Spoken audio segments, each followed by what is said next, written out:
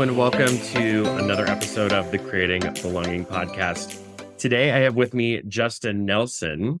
He is one of the founders of the NGLCC, but I'll let Justin describe that and talk about himself a little bit, if you wouldn't mind giving us an intro.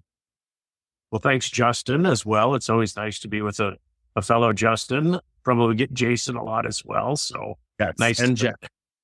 Do you get Jeff? I get Jeff, and I have a brother, Jeff. So it's even more. Well, thank you. I appreciate the opportunity to be here and everything you're doing to help put this topic out there and share it as broadly and widely as possible. So I am co-founder and president here at the National LGBT Chamber of Commerce, confusingly known as NGLCC, because for many years we were the National Gay and Lesbian Chamber of Commerce, had a lot of brand equity in that acronym. So we did rebrand as the National LGBT Chamber, but we did keep our NGLCC acronym, which happens a lot in Washington, I think, as organizations evolve to meet the needs of the time. We are an organization that consists of now 54 affiliate chambers across the U.S., state and local chambers.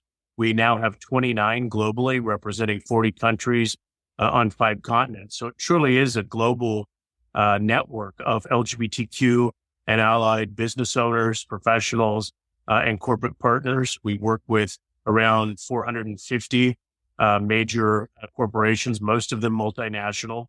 And our backbone program is to help LGBTQ-owned businesses become certified and get into the diverse supply chain to be able to bid on contracts as a diverse supplier with those 450 corporate partners. And it's not just little contracts. We do literally billions of dollars a year in business. So for companies that are at least 51% owned, operated, and controlled by an LGBT person or persons, certification's the way to go. And they get there through joining their local affiliate chamber, and can find that on our website at nglcc.org. That's so great. I love the organization that you've built. How long has NGLCC been around? We will be 22 years old in November. So yeah, we're out of our adolescence. Yeah, it's so incredible. You've got to be proud of the organization that you've built. So my business, Performance Accelerated Learning, we became certified in December of 22, I believe. So we're just over a year of being a certified business. And I want to, with this episode, I'm going to go a little off track than where we normally go, just because I want to highlight some of the work of the NGLCC and the experiences you create. And so I'm going to tell a bit of a story, and then that I want to tee up to hear a little bit about your reaction and your thoughts on how you built this. We were together in August in Denver, right? And it was a conference unlike any that I've ever attended. It was almost, and I say this in the most kind way, almost uncomfortably inclusive, to the point where people would just come up to you anywhere in the hotel and say, "Hey, my name's so-and-so, and here's what I do. What's your business? Tell me about where you're from." I made connections and friends there. I actually made friends with someone who literally lives 3 blocks from me here in Chicago.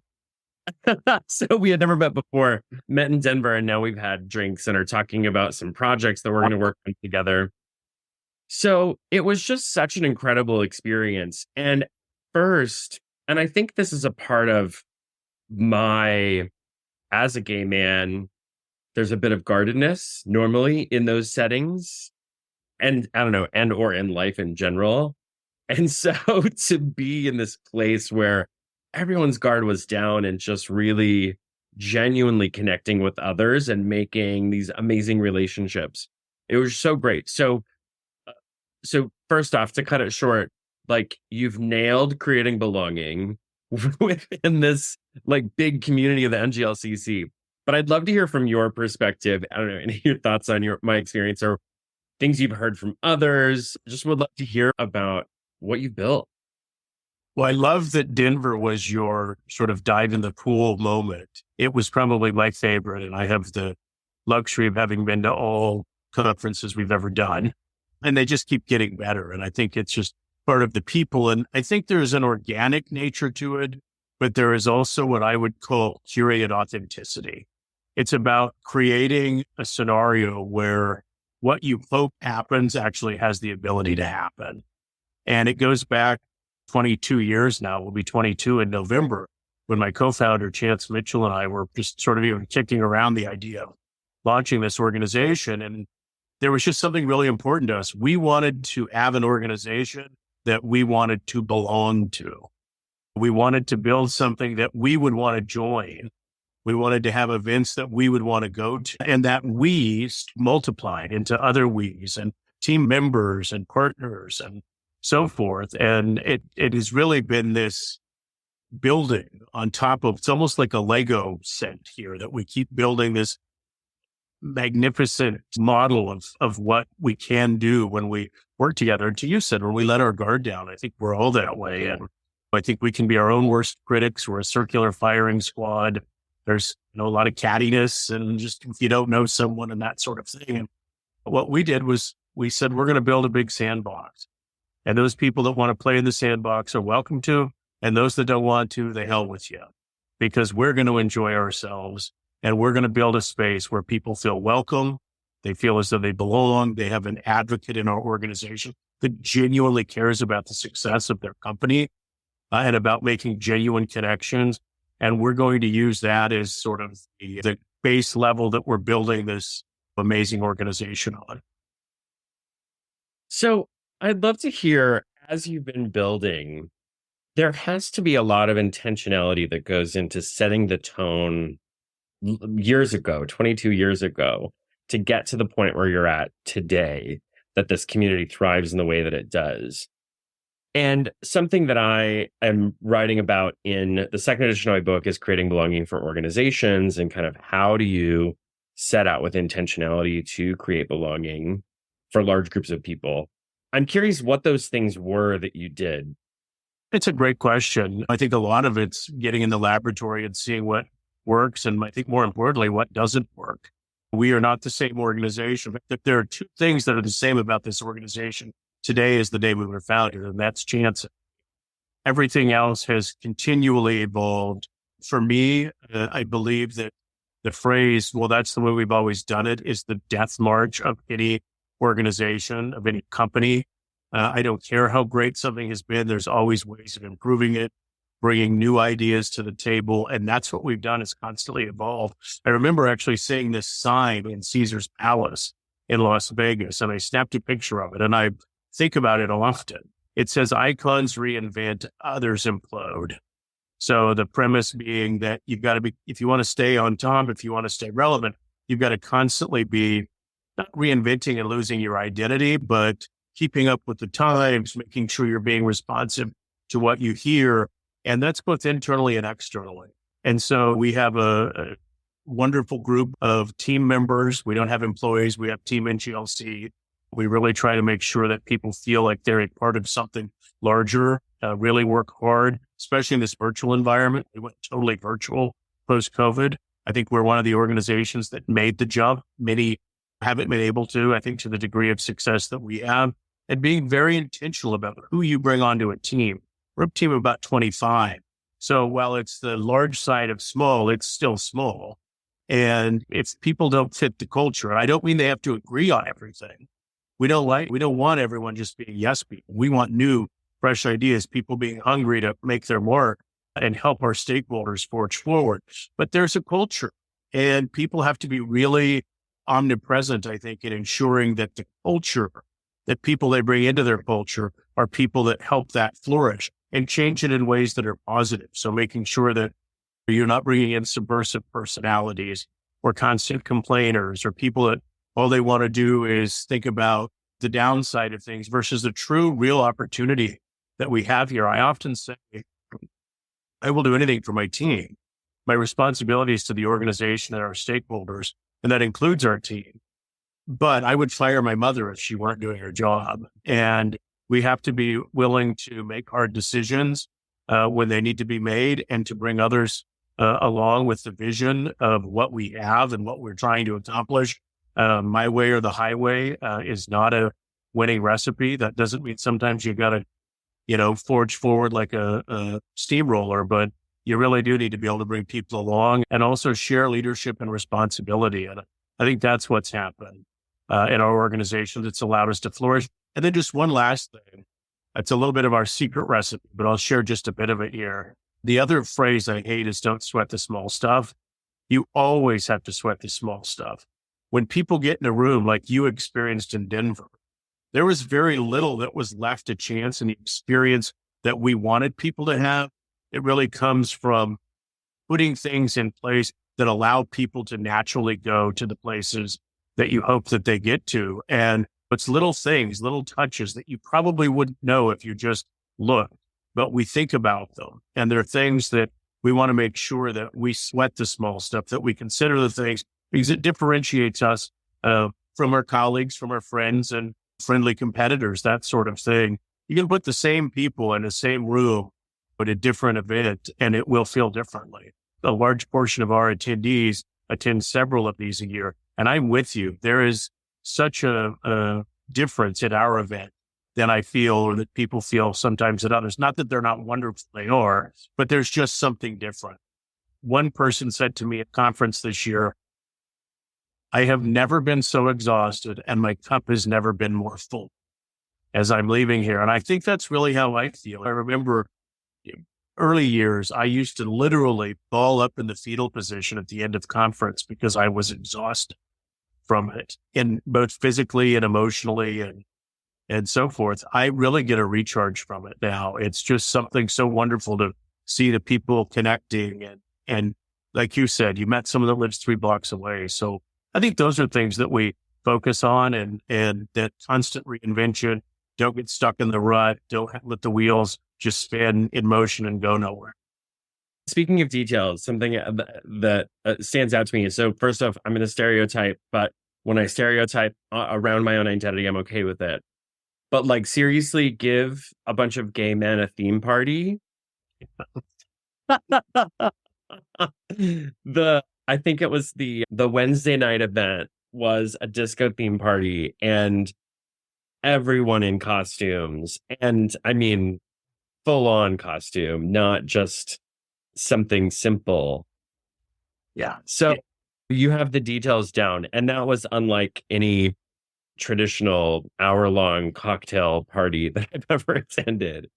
Well, we've been wanting to do an 80s party forever, Chance and I have. That was sort of the heyday. We were growing up. That's a lot of memories, a lot of good memories, and some not so great memories. Maybe we'll talk about them a little bit later, but we wanted to do this. We were like, you know what, let's do it. Denver's the right place. And I thought naively, and I'm glad I was surprised, I thought maybe 30% of the people would show up in costume.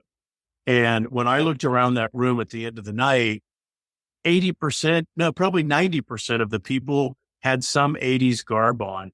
And we historically have kept that party open about between 15, 30 minutes later than we usually do. And then we kept it open an hour and a half later than it was going to go, just because people were having fun and dancing and playing the 80s music. And it was just, it was such a remarkable experience. In fact, I think for me personally, but as I looked down and saw this joy on everyone's face, it really was like, yeah, you know what?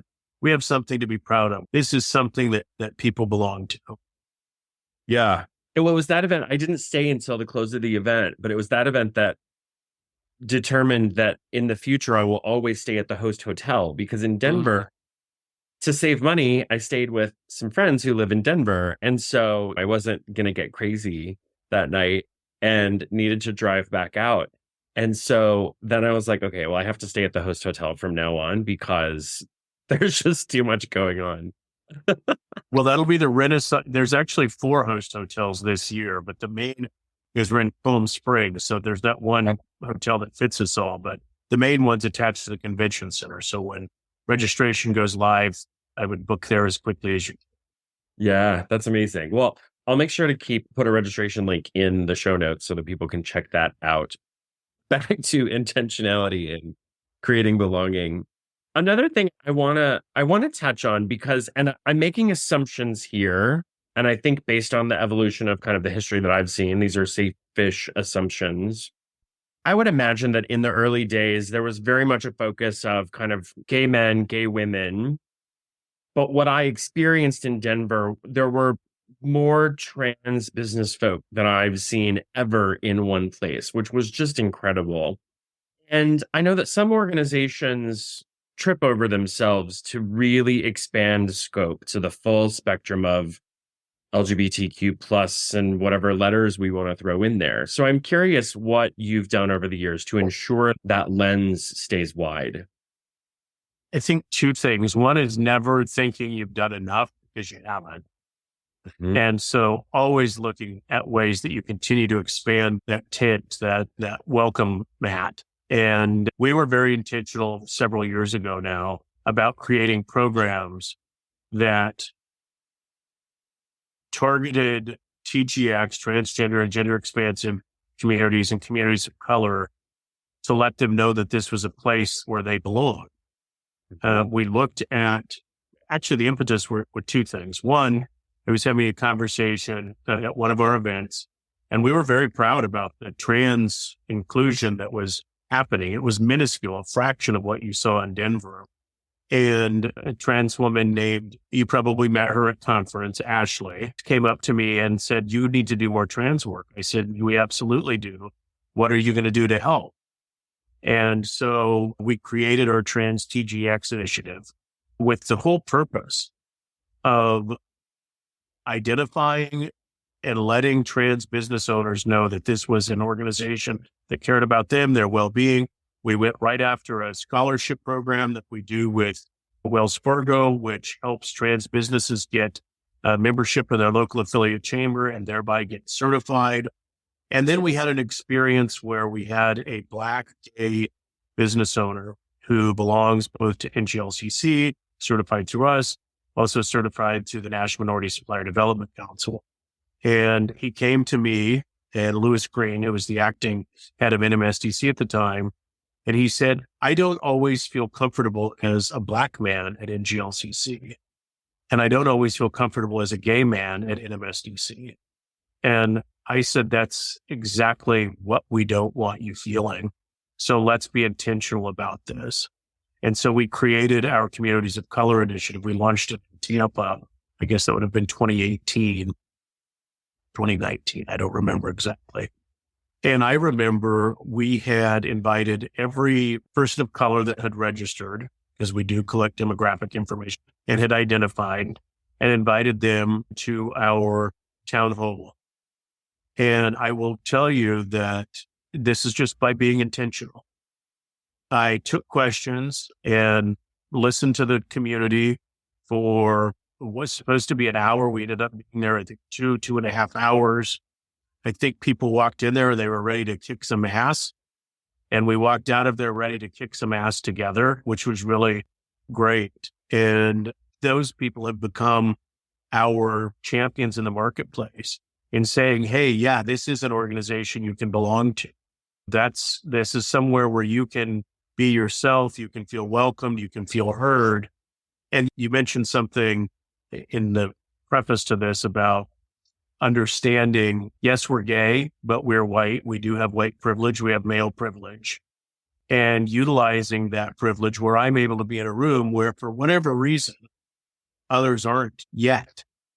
So I see it as my duty to kick that door down or to walk through it as I can and sit at the table and make sure that I'm constantly advocating for that table to be larger.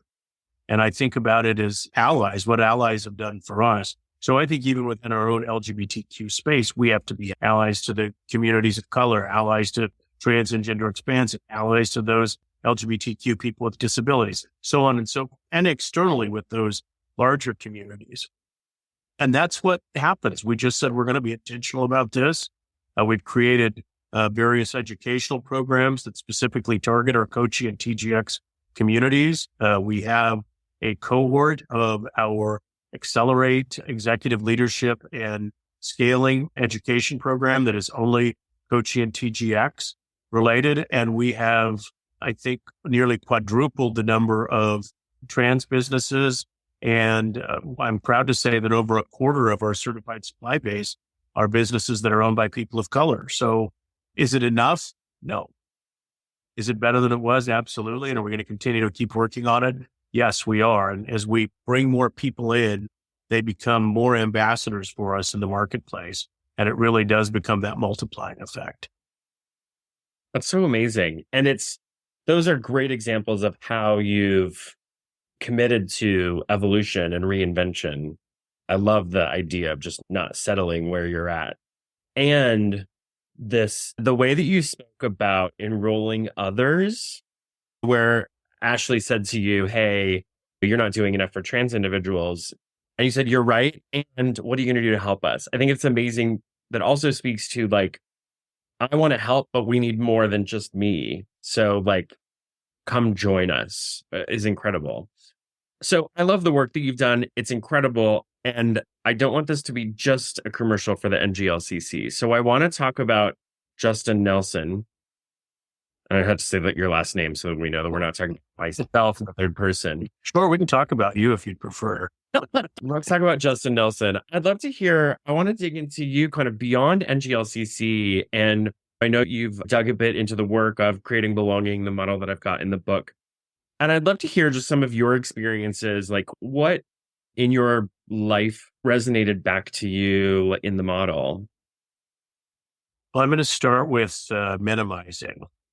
I remember distinctly as an 8-year-old kid, or excuse me, 8th grade kid in Casper, Wyoming, where I grew up, walking down the street and having a carload of what I assume was high schoolers drive by and yell out the window, "Hey, are you a woman?" And I yelled back, "No." And they yelled back, "Well, you sure would walk like one." And at that moment, I realized, well, gosh, I got to butch it up. I need to minimize who I am. I don't even fully understand who I am. And I think about that story. I don't tell that story a lot. But here I am 50 years old and I still remember it like it was yesterday. And I don't remember it fondly. I almost wonder where I would be on the spectrum if I'd have just said blank you and went on about it's doing, but I didn't. And so I don't know if it's any different of the person I am today or not, but I do think that it made me sort of reinforce the masculine aspects of who I was or who I was supposed to be at the time. And that's something that's a part of me. And I think those experiences make us who we are today. And I always hate when people say, well, it makes you stronger and blah, blah, blah. No, it actually makes you miserable sometimes when you think about it. But it also makes you think, you know what, they didn't pull over and beat the snot out of me. So I'm thankful for that. But it certainly, I think it almost led to some of the reclusive behavior as well. I was not, it's different. I mean, there was a football player, wrestler, track, very popular guy who was out and about in high school and dated around and was a part of everything. But I always knew in the back of my mind who I was. And it wasn't until I got the opportunity to move to Washington for an internship and got my first taste of gay life, away from home and away from closed minds, that I realized what the world was and could be. And where I belong. Those moments, and it's interesting that you say it's something that you don't share a lot. I think we all have those like really small moments that actually created big meaning for us in our lives, because that thing, while you don't talk about that moment often, it probably pops in your mind or is there kind of nagging at you, like, how are you walking today? Yeah. Yeah. And I mean, I remember there were other kids that I assume were gay in high school, and I ran with the in crowd, and I made it my purpose, I guess, at times to keep them from picking on the other kids. Well, in my own mind, I was scared to death that someone would find out about me or think that about me. But I think there was at least some of that. Yeah, and in the 80s and 90s when we were growing up, like there wasn't Will and Grace on television. that we could look to as what success, I mean, and I'm not going to call that like what success looks like as gay people, but it's at Well, least, that was fine. The first time we saw ourselves in prime time, thinking, oh my gosh, we're people now. Like the caricatures and things get a bit annoying, but I really think at the time it was groundbreaking and so much needed. To your point, I remember as a kid, the gay people that I had seen were in the police academy movies going to the Blue Oyster Bar. They were not portrayed in positive light. When I remember Barney Frank, when he first came out, and Dick Armey, I'm a political junkie, so forgive me for regressing, and going on the House floor as the House leader and calling him Barney Frank. It's remarkable how sometimes bullies don't grow up and they become the bully when they get in positions of power. Although I think a lot of people, as we've seen, have and continue to push back on that. But those are things we remember. On the belonging side of things, I came out. I was working on the Hill for Wyoming senator. He was wonderful. He's since passed. But I remember going around then. It was a Christmas party in 1996, I think it would have been. And I had a little too much to drink and told my roommate at the time that I was gay. And he was wonderful. And I'd been seeing someone. And so he and his girlfriend invited us to do something. It was the first time ever I'd been able to do something sort of publicly with another guy. And then I decided I was going to tell everyone I wanted to hear it from my mouth. And then I was going to tell my friend Jennifer because I knew she'd tell everybody else. I love her to death to this day, but she's very good at getting messaging out. Let's put it that way.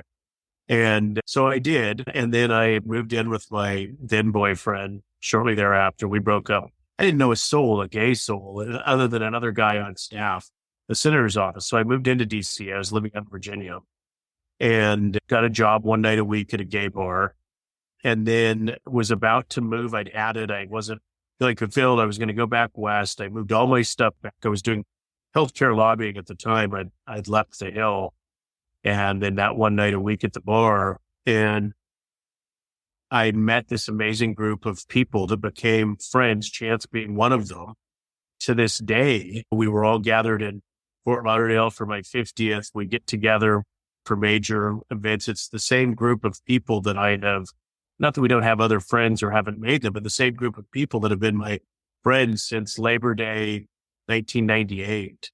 And that is a group you really belong to because they know me before there was an NGLCC. They don't care about anything that comes along with it. There's a genuine wonderful feeling for having that kind of belonging where they don't care. They know you. They know your background. They know the stories that would keep you out of public office today if they were told, that sort of stuff. So that is really important. And I think in some ways we tried to bring that into what we do at NGLC. I mean, the guys and we had a house in Rehoboth Beach, Delaware every summer, and there were these theme parties that some of the houses would do. Well, of course, we dove right in the deep end on it, and it became this great rivalry over the summers between this other house and our house as to who was going to have the best backyard theme party. And so we've been able to carry some of that experience and the joy that we saw from people that attended into what we try to curate for NGLCC. And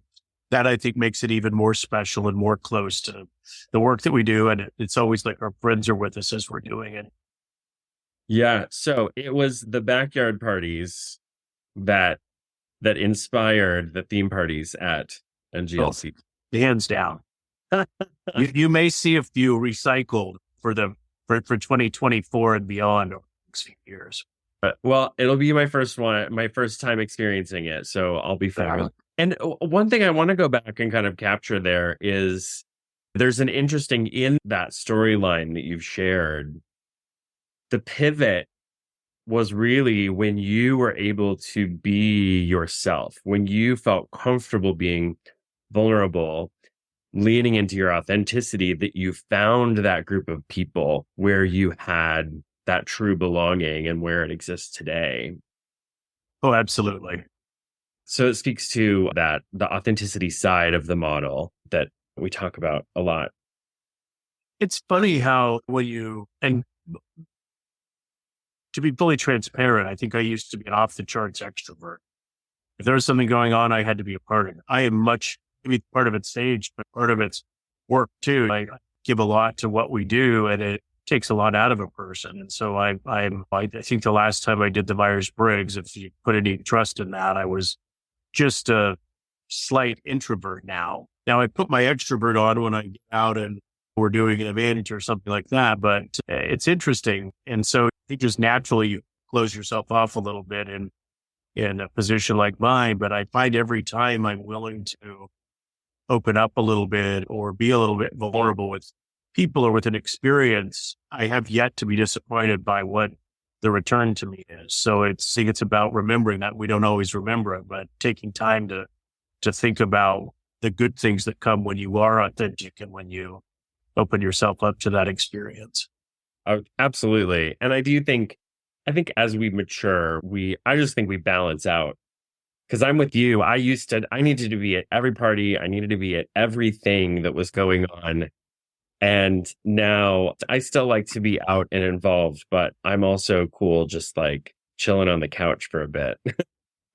Well, my partner's forced me to have a social life again. So that's good. I met him a little over a year ago. And so he is a very social person. So we kind of balance each other out a little bit. That's nice. That happens naturally. I love that. Well, Justin, thank you so much for spending some time with me today and on the Creating Belonging podcast. I just want to make sure if people want to get in touch with you and or the NGLCC, what are the best ways to do that? NGLCC is www.nglcc.org. You can learn about our affiliates, about certification, about conference, everything there. And if you want to reach out to me, you can do that at justin.nelson@nglcc.org. Great. Well, Justin, thank you so much again. And everyone else, join us again for another episode of the Creating Belonging podcast. Thanks.